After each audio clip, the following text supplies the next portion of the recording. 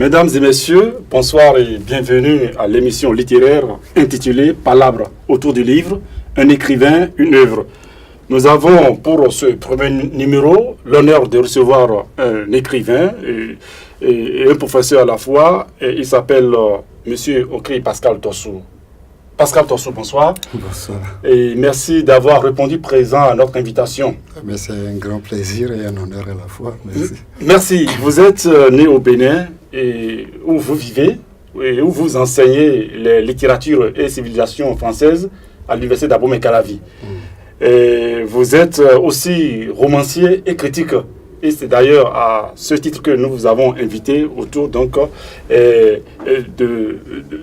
roman et que nous aurons le temps de discuter. Alors, écrivain, vous avez eu à publier Une femme qui est un roman publié aux éditions Plume Soleil en 2013, n'est-ce pas? Et vous avez eu à publier également Siram, qui est aussi un roman, d'accord, et publié aux éditions Kaareg, n'est-ce pas? Et en tant qu'essai, nous avons Villon, Voltaire, Vigny, comprendre la littérature française, d'accord? C'est publié aux éditions Gaz Plus, n'est-ce pas? Vous avez également publié Métadiscours, qui est aussi un essai, toujours aux éditions Gaz Plus, d'accord? Et tout récemment ou fraîchement, vous voulez donc de publier, voilà, une semaine, donc, ce livre-là. Alors, puisque l'émission, c'est un écrivain, une vie, une œuvre, nous allons donc nous entretenir autour de femmes. D'accord. Alors, Femme, qui est un roman de 120 pages environ, et qui présente trois personnages principaux, que sont Taillé, Ifé et Irritant. Alors, l'ouvrage s'ouvre sur le viol de Taillé, l'héroïne, d'accord, une fille abandonnée, et à elle-même, livrée à elle-même, et elle n'a personne, elle a loué une chambre, mais on a vu qu'elle a été violée à plusieurs reprises par des gaillards dans sa propre chambre. Et c'est là où l'histoire a commencé. Et puis après, il y a Irritant, enfin c'est Irritant qui raconte donc l'histoire, d'accord, de cette femme. Ensuite, il a rencontré une autre femme qu'on appelle Ifé, qui est une réfugiée donc, de guerre, d'accord. Les trois se sont retrouvés pour faire face à quoi? Pour faire face donc aux vicissitudes de la vie, à savoir la prostitution, le viol, le chômage, et la précarité de l'emploi. Donc voilà l'univers infernal que ces trois-là ont traversé jusqu'au jour où on ne sait par quel miracle, ça dit ces deux-là, Ifé et Taillé, ont fécondé donc leurs conditions et ont pu donc ouvrir un centre de redéfinition de femmes. Et un centre que moi j'ai voulu nommer un centre de bonheur de femmes parce que c'est les femmes de conditions minables qui se retrouvent, mais chacune sait faire quelque chose, soit c'est les tresses, la couture, la cuisine, la lessive, etc. Et c'est grâce à tout ça qu'elles arrivent donc à pu donc tirer leur épingle du jeu. Alors, René, tu as envie de dire quelque chose par rapport à ça? Sinon, nous allons lire juste un extrait, d'accord, avant donc de vous donner la parole. Donc, tu vas nous lire donc... Je veux qu'on commence par l'extrait. Oui, voilà, allons-y. Voilà. Nous sommes à la première page. Oui. Elle vient d'être violée pour la deuxième fois dans sa vie. Dans sa tête, désormais plus rien ne sera comme auparavant. La première fois, elle en avait souffert certes, mais elle avait fini par se consoler. Elle avait pu digérer quoi qu'insupportable. En revanche, cette fois, Taillé ne digère pas, ne veut pas digérer, ne peut digérer. Pourquoi doit-il encore en être ainsi? Au nom de quoi? En vue de quoi? À cause de quoi? Dans la petite pièce entrecouchée où elle s'était assoupie, la jeune fille avait encore son cahier de leçons ouvert, couvrant sa face lourde d'insomnie. Elle n'avait contre elle qu'un léger linge qui la ceignait à la hauteur du torse, couvrant sa fraîche poitrine comprimée par la pression que le tissu exerçait dans les couloirs de son aisselle gauche. Dans cette petite pièce où elle reprenait conscience, Taillé ce parcours du regard. Que voulait-elle y regarder véritablement? Ce n'est pas ses yeux qui pouvaient vraiment la renseigner en ce moment, mais plutôt le discours de son corps. De ce corps en détresse. Son bas-ventre lancinait de douleur. Les muscles dans son corps criaient douleur. Elle essaya de refermer ses jambes. Elle n'y parvint pas.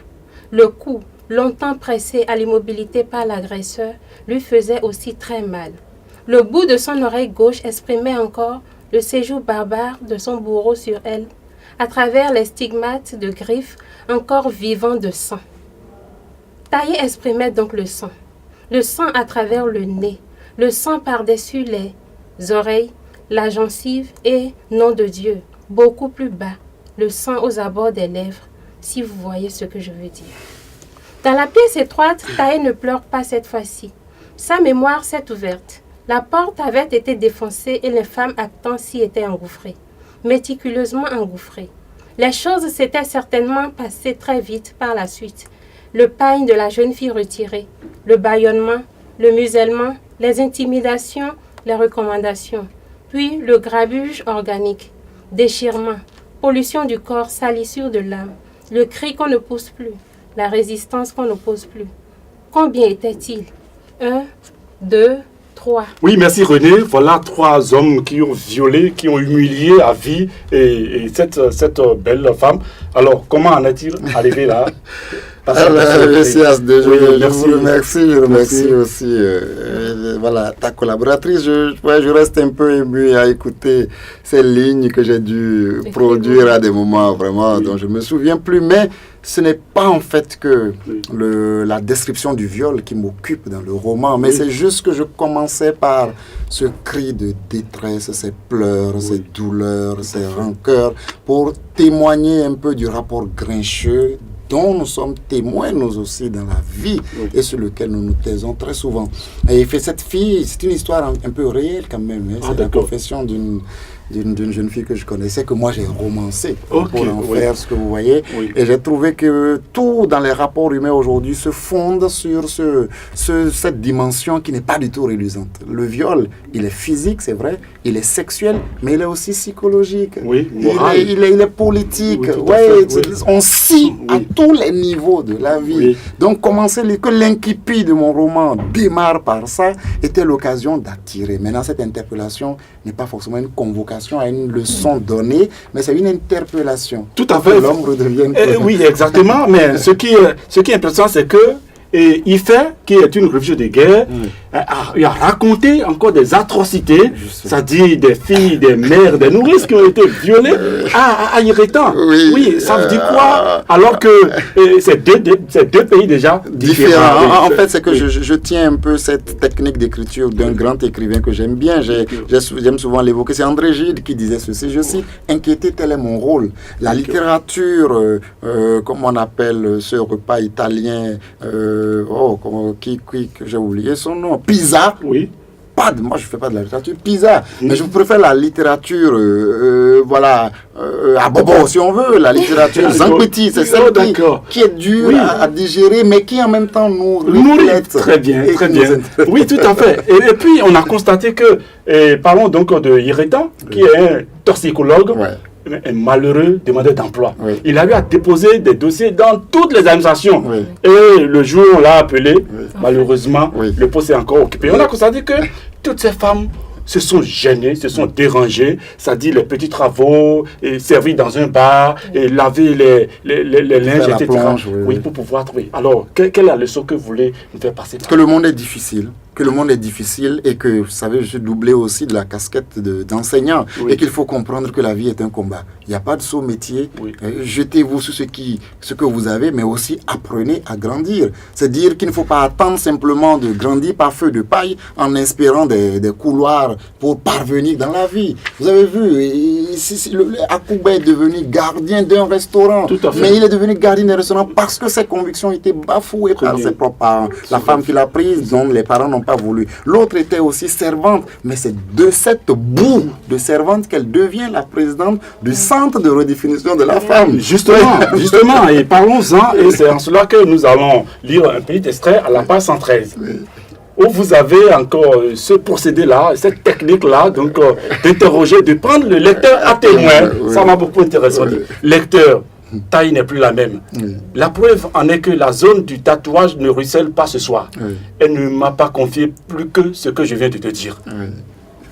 Mais je crois que c'est le côté franchi d'Akoubé qui l'aura vaincu. Car un homme sain est un homme qui s'est repenti. Je connais un peu Taï. Le chéquier d'un homme n'a plus de place dans son cœur. La merco d'un gars ne lui fait pas de l'effet. D'accord. Et je vais donc à la page 114 dire, il fait à bénéficier d'une subvention en tant que réfugié de guerre chez nous. Les deux femmes ont donc fécondé leurs convictions. Elles ont croisé leurs petites économies aussi. Elles ont alors créé un grand centre de réflexion des femmes. Les cadres se veulent un carrefour de rencontres et d'échanges, de partage d'expériences. Des femmes y arrivent, qui, avec un enfant au dos, qui traînant la main d'un autre. Ici, on ne demande pas ton origine. On ne t'exige qu'un peu de sens de responsabilité. Ne manque pas de respect à personne, ne dérobe rien à quelqu'un d'autre. Mets-toi en valeur en participant à une activité. Tissage, si c'est ce que tu sais faire, vannerie, tresse, cuisine, couture, bureautique. Professeur, voilà une femme dont le chéquier, en fait, la poche d'un homme ne l'intéresse pas. D'accord. Et voilà une femme, donc désormais, ça dit, elle croit en elle-même. Et avec ce que l'autre là a pu prendre, et il fait, elles ont créé un centre de bonheur pour les femmes. Vous pensez que ce monde que vous avez créé est encore J'y crois fermement.